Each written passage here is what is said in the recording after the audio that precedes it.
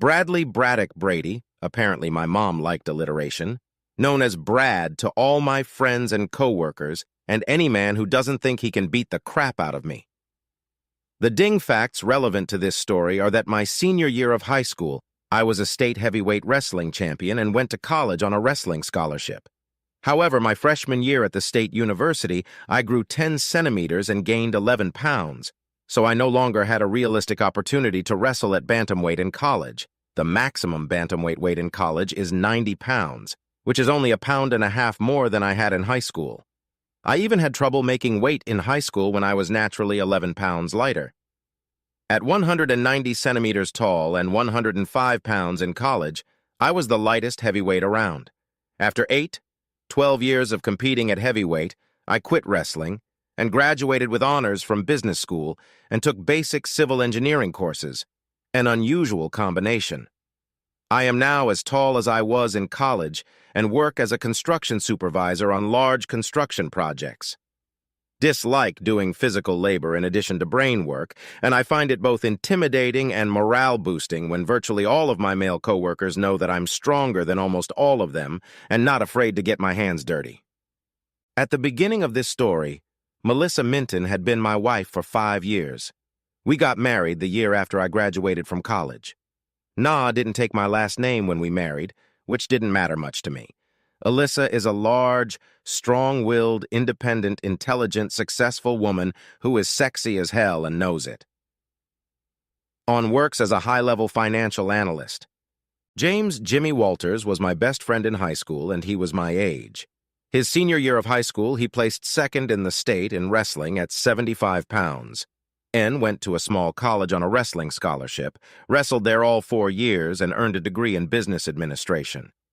We remained close despite attending different colleges, texting daily, calling weekly on the phone, and constantly doing things together on vacations. Even after we graduated, even though I moved from our hometown to a city 600 kilometers away, we communicated weekly and met, often with our wives after we were both married, at least twice a year. Jimmy left the family business about a year after we married, much to their dismay, and began working as a salesman for high-tech products, eventually serving a 4-state area. Arlene Walters, née Simpson, had been Jimmy's wife for about 3 years at the time this story began. Arlene is petite, kind, pretty, intelligent, and slender. Yet in personality, she is the exact opposite of Melissa.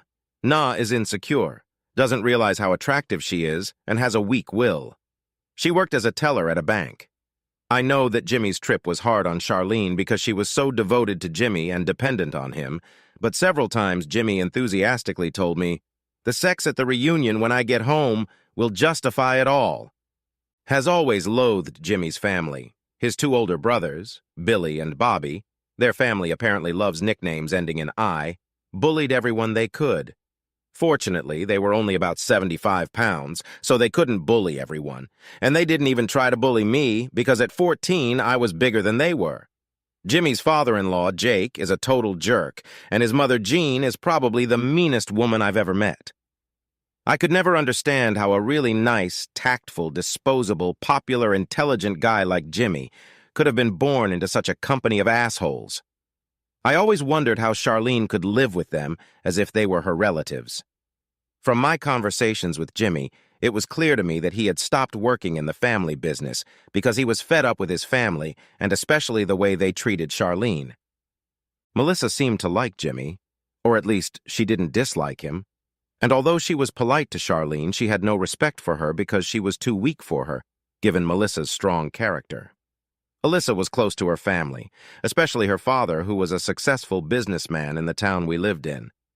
The father respected me but never really loved me because I stood up to him and couldn't stand the crap he seemed to like to take out on everyone around him except Melissa. Charlene didn't have a local family, and her parents are just as disinclined to be confrontational as herself. Didn't really like Charlene from the moment I met her, and she seemed to really like me. Jimmy told me several times that he was happy that his best longtime friend and his wife were getting along so well. I fell in love with Melissa not only because of her looks, but also because she is a strong, independent person. Growing up, I always liked strong women, or at least I thought I did. Sex with her was always good. But I found that it was best when I let her lead physically, because in that situation she seemed to enjoy it more and also cared more about my pleasure. However, as our married life progressed, I found that this particular strong-willed woman, I believe this is not true of everyone or even most people, prioritized herself, then her work, and then me. Then she had little patience for people who she felt did not meet her standards. Was also not as accommodating in the frequency of sexual encounters as I would have liked, but if I ever turned her down, I would have to pay dearly. Stiflingly busy with work, trying to confront Melissa as often as possible as well as getting her into bed, and generally being a balanced guy, I never seriously questioned how happy I was in life. One amazing story changed that. Thursday around 4:30 in the afternoon, I got a call on my cell phone at work. I only answered it because the caller ID said it was Jimmy's landline, but it wasn't Jimmy. It wasn't Jimmy. It was Charlene's mom. "Hi, Brad," came a voice in my earpiece that I didn't immediately recognize. "Oh, it's Brad. CT, is it?" I said. This is, Cindy Simpson is Charlene's mom. We met once or twice." "Hi, Cindy. I remember you," I replied politely, trying to figure out why she would want to call me, especially from Jimmy's landline. "Red, I've got some bad news. JD, I've got some bad news. Jimmy was killed in a car accident in another state last night after visiting a client, Shaw, and she's afraid of her husband's relatives. Could you, go to visit and help Charlene get things in order to fulfill Jimmy's will?" Cindy asked. "Well, when?" I was overcome with a sense of primitive shock. In fact, it made me exhale quickly because I'd never experienced anything like it before. I got my clarity back when Cindy asked, "Are you still here, Brad?" Sorry, Cindy, I am. I was just thinking about how fast I could get there. Tell Charlene. I'll be there tomorrow afternoon at the latest," I said. "Thank you very much, Brad. She'll be very happy," Cindy replied. And then we both broke off the conversation. I suddenly had a clarity of thought that I'd never had before. I immediately trumpeted the construction site, summoning all the employees, and once they were all assembled 15 minutes later, I laid it all out in front of them. I'm probably going to be gone for the next week or so because of a family emergency. I'm in charge. I'm telling him right now in front of you guys and gals that when I return, he must report to me any careless behavior, any uncooperative behavior, and any attitude. I can guarantee you that if I get a report on anyone, your ass will be in danger. Ace on my desk is a realistic schedule of what needs to be completed in the next 10 days, and unless there's a hurricane or earthquake, you'd better get everything done when I get back. Any questions? I did. I bossed a team of 50 people, looking each one in the eye and repeated, "There are questions," 5 or 6 times. Everyone shook their heads negatively. "If you'll all be good boys and girls, there will be pizza and beer on me when I get back. On the work is done today, pack your bags," I said, turned around and left. On the way home, I called the owner of the construction company. He'd been a bit of a prickly man. He could often be prickly and liked to pose. However, he was basically a decent guy when it came down to it. Me. He was the only one in the company who called him by his first name, Ka. Once his secretary got him on the phone, I got straight to the point. "Tom, I have an emergency and will be away for a week to 10 days. We are well underway on the project, and I have made it clear to Jason and the rest of the team that they will work on schedule until I return, or they will have to pay the price." "Isn't this a bad time for a project?" Tom asked. "Actually, it's a good time. We're 13 days ahead of the actual schedule. The schedule I have on my bulletin board. I made up myself so there's room to maneuver. KR. Besides, it's really important to me," I replied. All well," he started. "Oh, stop it. I'm not asking your permission. You're the boss.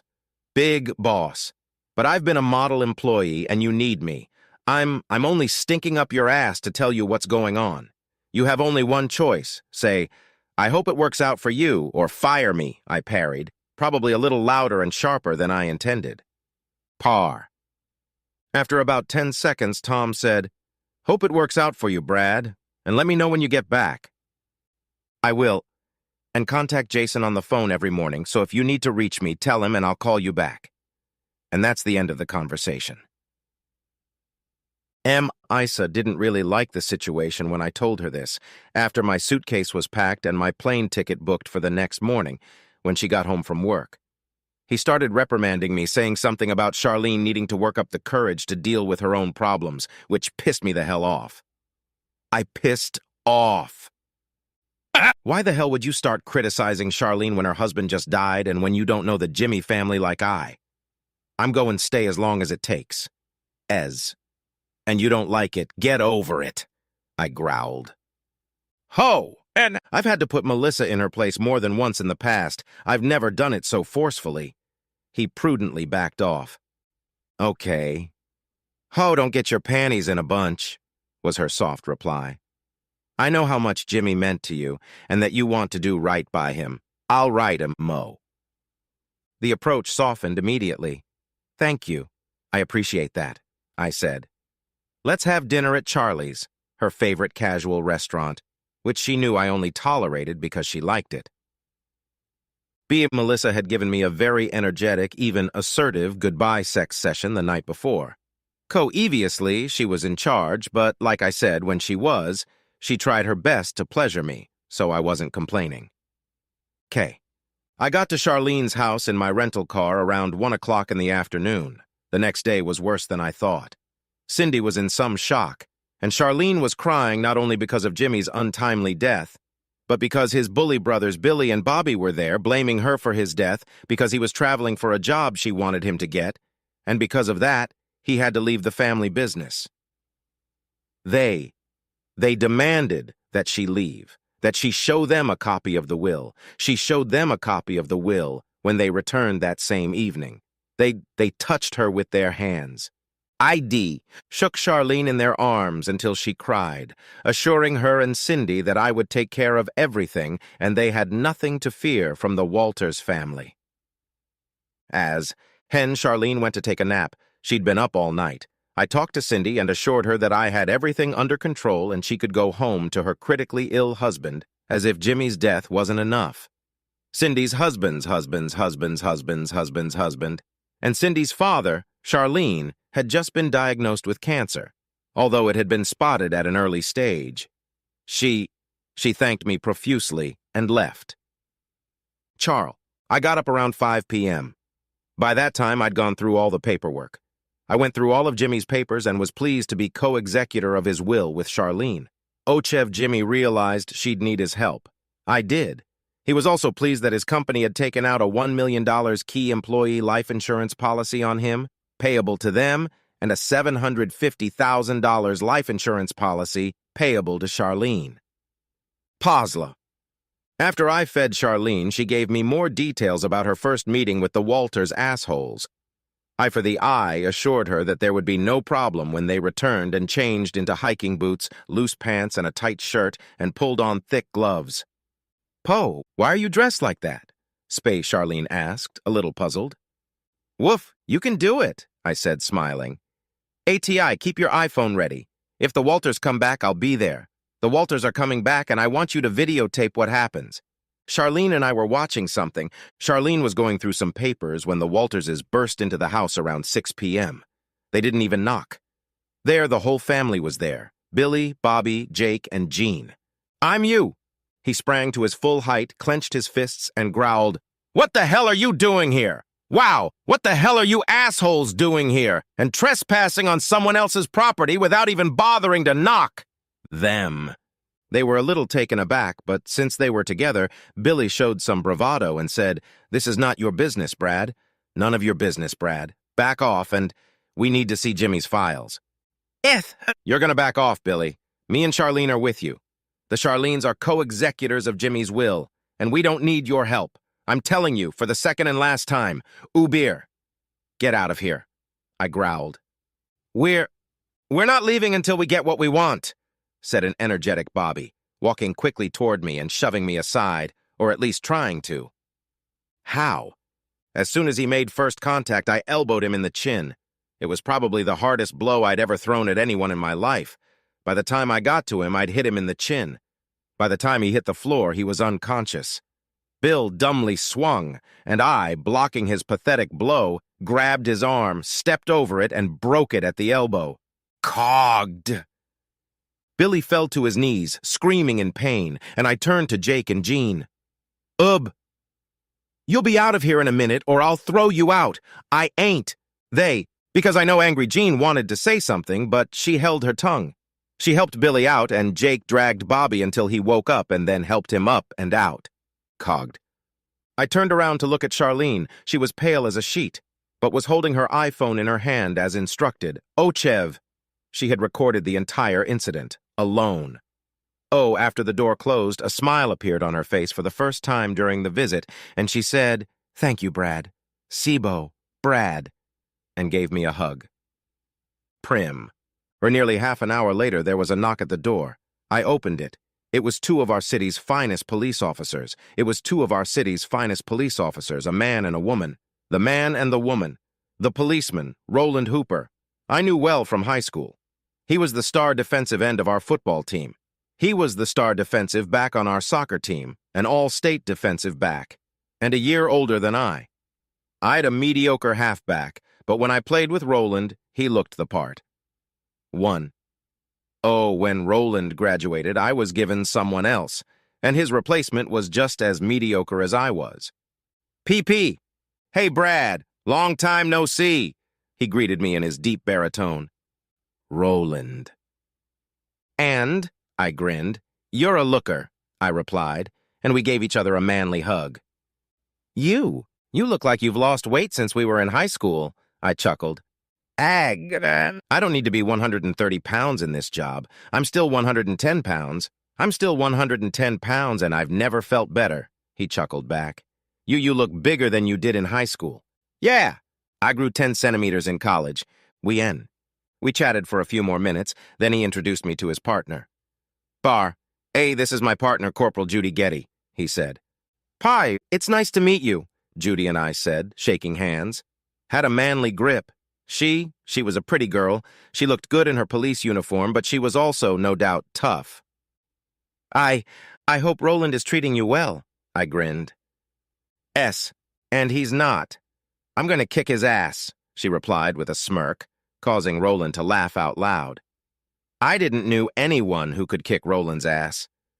Look, Brad, we're not here to make small talk. We're here because Walters is here.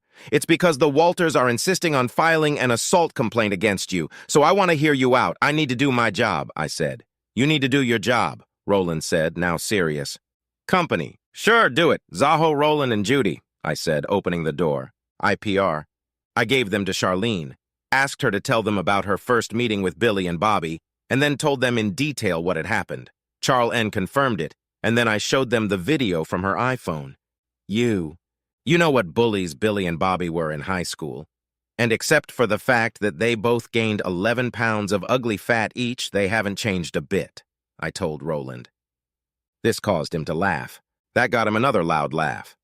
Charl. N emailed the video to Judy, and as they were leaving, Roland said to me, I'll make sure the sergeant tells them they have to stay away from Charlene, period. I can assure you that no assault charges will be filed unless you want to file them yourself. Spup. I've had enough of their humiliation, Roland. Me. You need to press your own charges, I replied, giving him another manly hug, and then I said, I'm not going to press charges. Nice to meet you, Judy, and good luck holding up the best defense in state history, as they walked away, to another rolling laugh from Roland and a chuckle from Judy. Bye. Roland and Judy were at her house. Charlene was holding herself normally, but as soon as they left, she broke down again. I OB, and then I held her while we talked, mostly about the good times we'd had with Jimmy. Not at the we sang our hearts out as it was about 11 p.m. and her eyelids got heavy. Lynn, I think you need some sleep. Okay, but Red, I have a big favor to ask of you. You're gonna sleep with me tonight. Will you sleep with me tonight? I'll sleep with you. 100. No, I can't. Be alone. You before she finally cried, "Naive." Mom? It wasn't really what I wanted, but I really feared for her mental health and thought it was better than going to the doctor or the emergency room if she had a nervous breakdown. And we showered in separate bathrooms, and I put on a clean t-shirt and boxers to sleep in because I don't even have pajamas, so I couldn't bring her with me. To I caught a glimpse of Charlene's naked body as she put on her old nightgown in the master bathroom. Charl N always dressed conservatively, and I'd never even seen her in a one-piece bathing suit. Though I thought she had a beautiful body, I wasn't sure, until I caught a glimpse of it. Her T-Lo was more than beautiful. It was spectacular. Cog. We were pressed against each other in bed, Charlene's head resting on my shoulder, and she murmured, "Pain. Thanks for coming, Brad. Jimmy said that if anything happened to him, you would take care of me, and I really, really appreciate it." "I'm glad. Help, and I'll take good care of you," I mumbled back. I had a strange feeling. I felt like a member of the Justice League. Protecting the world from evil. And I cared for Charlene more than I ever had before in my life. I was very glad when less than a minute later Charlene snored softly. She must have been exhausted emotionally and physically. I, too, must have been exhausted. But B, too, because that was the last thing on my mind until 8 a.m. the next morning. I popped.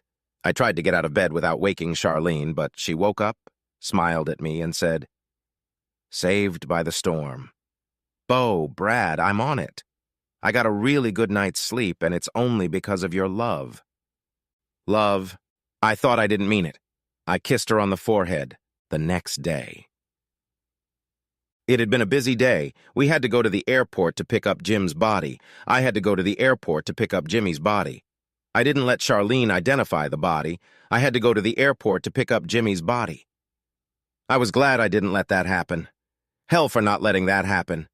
Jimmy had been badly mutilated in the accident, but it was clear that it was him. Ostato. We spent the day making preparations for his cremation, according to his will, and turning his ashes into a diamond in Charlene's memory, as well as preliminary preparations for a celebratory service to mark his death, also according to his will. I woke up, I made sure that Charlene was properly fed during the day, put her down for an hour nap while I made some preparations, and we both took phone calls and house calls from Jimmy's many friends and well-wishers, while as she was napping, I called Jean Walters, Jimmy's mom. "Jean, it's Brad. I need but to talk to you about Jimmy's service." I began before she snidely said, "We're his family, and we're going to organize a service." "Jean, figure it the hell out," I yelled into the phone. "Agreed. His will says Charlene and I are in charge of this place, not you bunch of assholes," I called. "To do you the courtesy of letting you know when and where the funeral will be held. You don't have anything to say about it. I have nothing but good things to say about it. You bunch of jackals will behave respectfully when you arrive or you'll be thrown out. I'll have security there. I will be guarded. I'm clear I'll be there? During." The phone was silent for several seconds, only that after seeing one of her sons passed out and the other one's arm broken, she obviously didn't want to contact me. "Okay. Oh, I understand," she replied in the gentlest tone I had ever heard from her. I told her when and where. I did. That one of the family members could speak up if they wanted to, but it was best that the conversation not include any acrimony toward anyone. Nevero. But she thanked me and said she would make a little speech, if you and Charlene don't mind. I told her I would, and told her I would email her a draft agenda, got her email address, and disconnected. I have tried twice without success. I tried unsuccessfully to call Melissa, but I left her detailed messages, of course. As I had promised Tom, I called Jason every morning, and everything went smoothly. Although during the day, Charlene felt fine. Around 10 p.m., she lost her temper.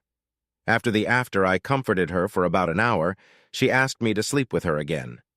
We did the same procedure as the night before, and I again berated myself for glimpsing her naked body just before she went to bed. And sleep. It was like we were off, emotional, and physically exhausted, and dreaming. I was overwhelmed by that feeling of protectiveness towards Charlene that had gripped me just before I fell asleep. However, that night was not like the night before. I woke up. I woke up in the middle of the night from a very pleasant dream, but it wasn't a dream. Nearby, there was a dim light burning on the bed, and when I looked down to where the pleasure was coming from, I saw a naked Charlene.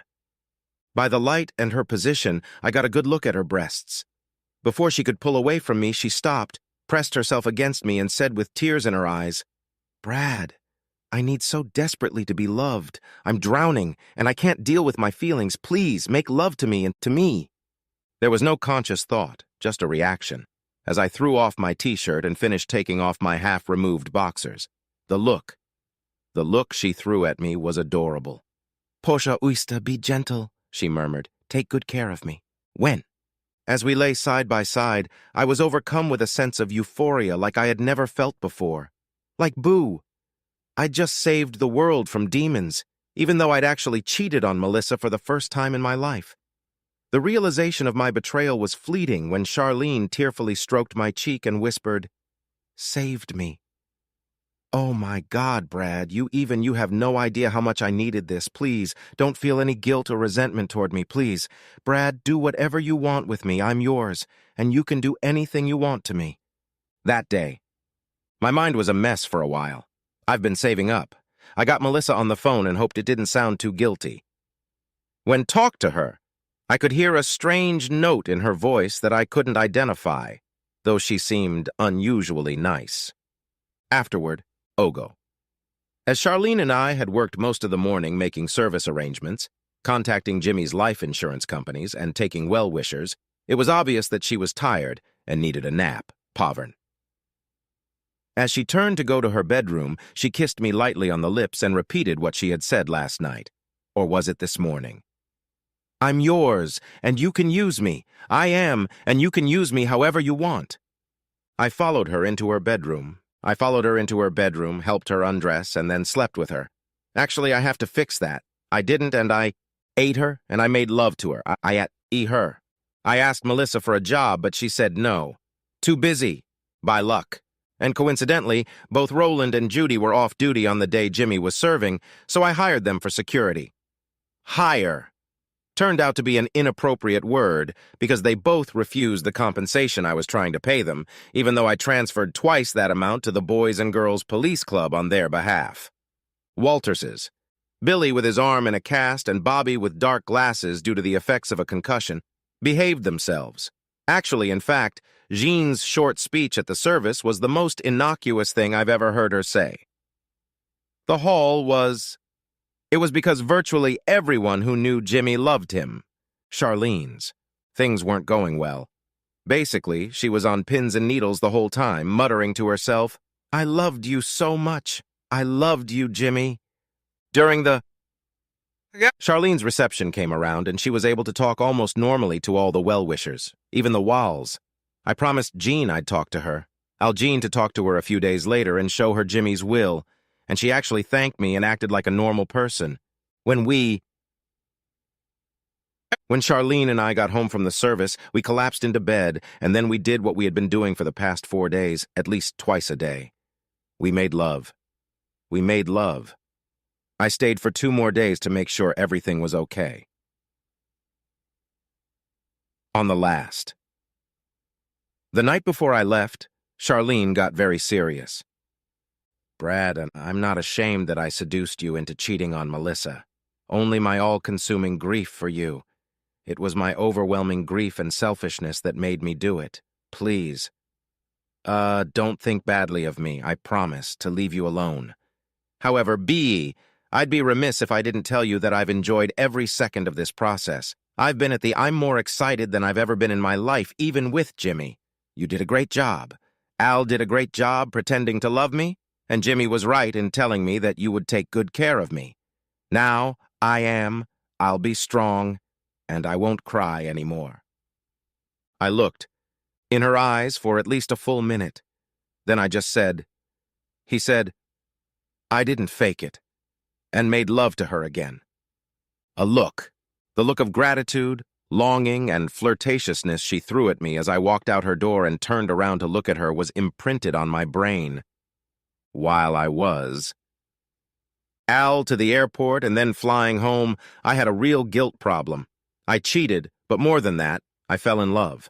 Full in Charlene's unconditional consent, her loving passion, and the fact that our genitals seemed made for each other resulted in the most satisfying, both emotionally and physically, sexual encounters of my life.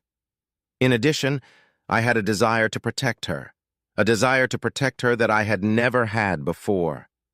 The desire to protect her that I felt for her was the most pleasurable non-sexual feeling I had ever experienced. I didn't know exactly what I was going to do, but felt I had to tell Melissa and let things take their course. I was annoyed that she couldn't pick me up at the airport, but as it turned out, it was okay because on the cab ride home and the hour I waited before she arrived, I was able to gather my thoughts.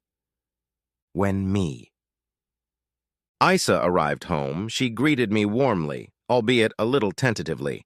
This first, I didn't like her comment after we kissed. "Well, what's up? What's up with the little nerd?" I held back. I tried not to snap at her, but she could see the anger in my eyes. "Charlene, not a wuss. She's just an addict who misses Jimmy terribly, and she's doing as well as could be expected," I replied. "Oh, X. Okay, I hope you were able to help her," Melissa replied, trying to make up for her tactless comment. I told Melissa about the favor and a few other details, but not about making love to Charlene almost 24 times. About that. We'll get to that later. When there was a lull, I said, "Come on, let's sit in the living room for a minute." I noticed the wariness in Melissa's eyes. I wasn't sure why exactly, because I didn't think my words sounded ominous. I started by saying, "During the time I've been here," I said. I learned something interesting during my visit. Then I wanted to tell her as gently and nonchalantly as possible about how much I enjoyed being a protector, about Charlene's dependence on me, and eventually confess to having sex with her and see what Melissa and I would do next. As it turned out, my choice of opening words led to a completely different and unexpected conversation. After that. As we sat down and I slowly said with a grimace on my face, I learned something interesting during my visit. I didn't have a chance to say anything else before she blurted out excitedly, "What did you say? It's not true VDA?" Although I was. Stunned by this, for some reason my mind suddenly cleared, and I'm sure it was helped by what was either a blank stare or a deep, thoughtful expression on my face. "After a PA," she continued nervously, "I'm having a didn't have sex with John Peters. Why would I even think that my loving wife would have sex with John Peters while I was attending a memorial service for my deceased best friend? Ask me." And my question was full of sarcasm. Well, that asshole threatened to call you and tell you everything if I refused to sleep with him. He had a cell phone number." "It was your cell phone number," she blurted out, clasping her hands that looked like they had alarmingly sweaty palms. "So that means, are the pictures lying?" Snidely, I replied. At one end of the few moments in our entire relationship, Melissa seemed to be at a loss for words. She shut the when she opened her face with her hands, her breathing became shallow and noisy, opened her face, then blushed. "Listen, I know a lot of things," I said sternly, even though I had no idea about anything at that moment. I led her down a path of primroses. The only chance you have is to come clean and right away. To me, and what? To say, she mumbled. "Okay, have it your way.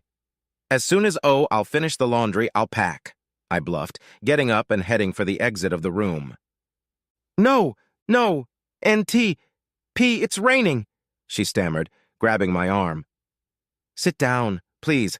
I'll tell you I sat down, and the irony of the situation. I sat down, and the irony of the situation. The irony of a situation where I had planned to tell her that I cheated on her, and now I would probably hear that she did it, caused confusion in my brain. You have to realize from the beginning that I love you unconditionally, I know. But sometimes it seems like I put myself and my work first. Sometimes. I laughed. I asked myself, but I didn't say anything. I let her go on. I do. I love you so much. I couldn't explain how it happened, but the day after you left, I went out with some guys from my office and drank too much. The next morning, I woke up in John Peter's bed. I can explain why I stayed with him the rest of the day and that night too.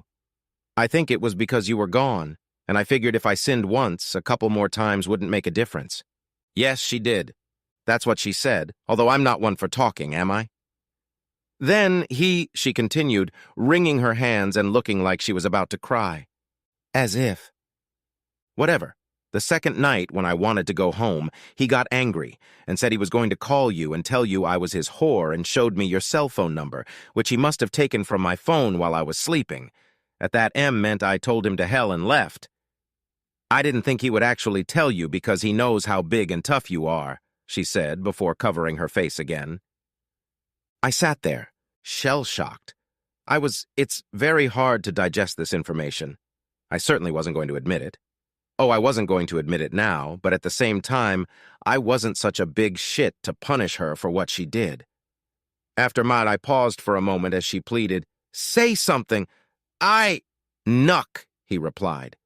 That would be the only time you've ever cheated on me? After a PR?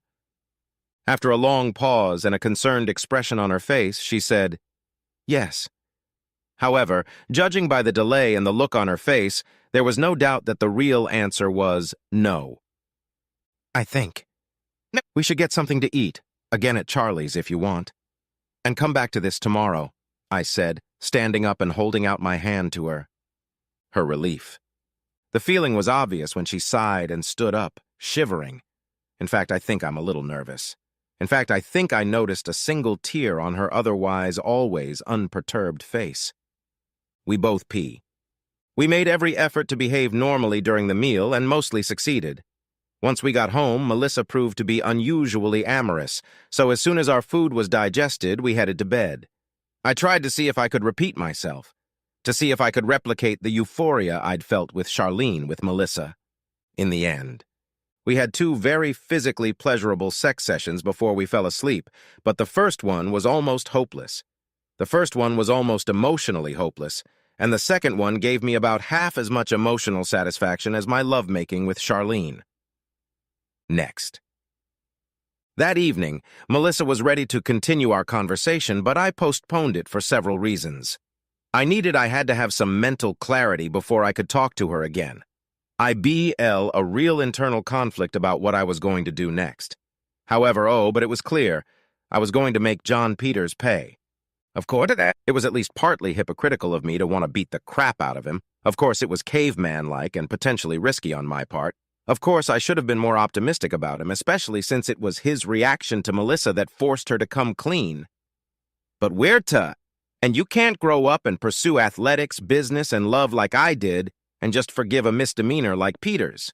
Thinking that the video system in my construction trailer would provide me with an alibi, showing the video from Tuesday as from Thursday, I got the information on Peter's health club schedule, which had him working out on Thursday at noon. Skip at lunch, I paid him a visit, completely changing my facial expression and clothing. Of course, I couldn't hide the fact that I had 190 centimeters and 105 kilograms in me. But I was confident that the video of my construction trailer would provide me with an alibi even if he suspected it was me. I took pity over him as he cringed and only dislocated his right shoulder rather than breaking his arm at the elbow, which was my original plan. In his GL, recognition flashed as I growled, "You know what this is for?" "Shh, what's that for, prodigal?" "Cops, Co." He never converted, but Melissa did on Friday night after work.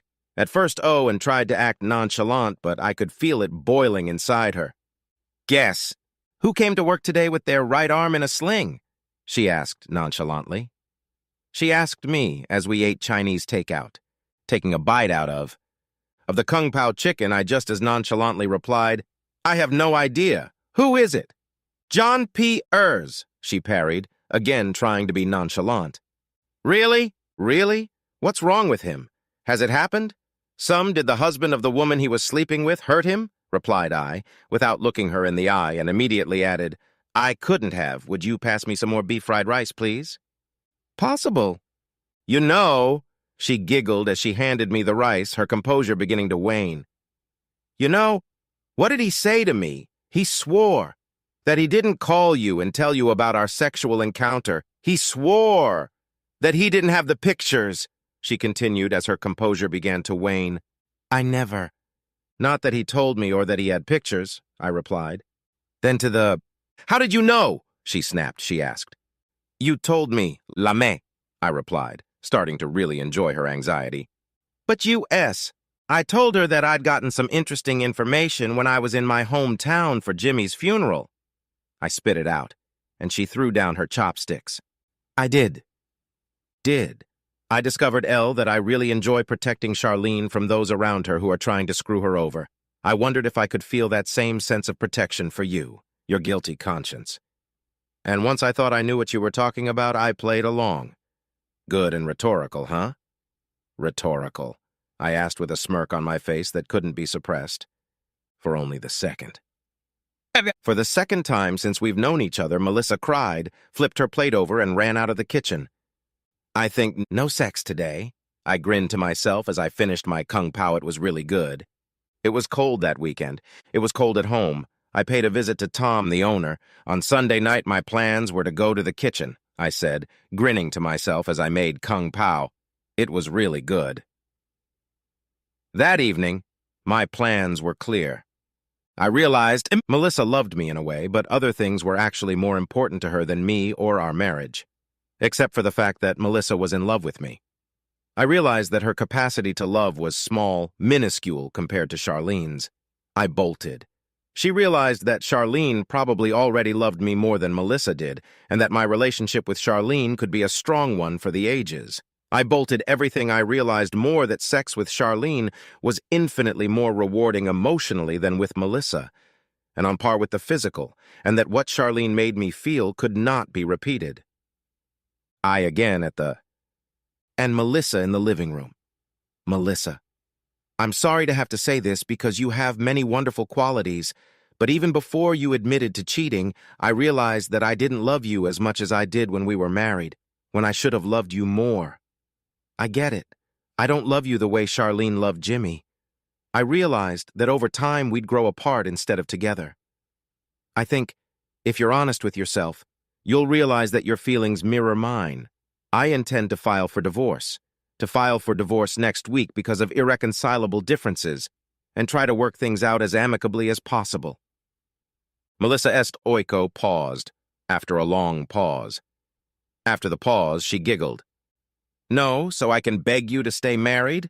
I calmly replied, I do, for you to accept it and move on with your life as quickly as possible. I don't dislike you, and I'm not going to divorce you because of your sexual relationship with John Peters. Her following. That was an unexpected question. Can we? We can still live together and have sex until the divorce is final? We can. Wait a month, by then. When the project I'm managing is complete, I'll leave the area and move 1,000 miles away. It seemed like. The Axis caught her off guard. Are you thinking of going back to your hometown? No, me. There's nothing waiting for me there. I'm moving to the southeast, and I'm looking for a job as a supervisor. That's a statement. That was true, but only because Charlene was moving there too. Maybe. The most surprising thing was that my sex life with Melissa was as good as it had been before I moved. We broke up, and as peaceful as it could be. Of course, it didn't really help that she made more money than I did, so I didn't pay her alimony, nor did I ask for it, and that I sold her my share of our house for an amount that was probably only 2/3 of what it was really worth. If honestly, I think I did it to assuage my conscience for not admitting to her that I cheated on her. I acted. I got the job in the southeast right away, and there was even a small raise associated with it. Charlene P., she came to visit me, and strangely enough, the sex, love, and my sense of security seemed to increase almost weekly. Charlene Raw. She worked at a bank in our new neighborhood until I filed for divorce and she and I were married. Approximately a month after our honeymoon, we got serious about having children, and she quit her job for good when she was 7 months pregnant. Now, shh. 6 years later, we have 3 kids, and I have more love, more self-esteem, and better sex than I've ever had in my life. Sometimes I feel guilty about the death of my best friend being the epitome of eternal happiness, but then I remember what Charlene said to me the first day I arrived at her house after Jimmy's death. "Jimmy, I told her that you would take good care of me.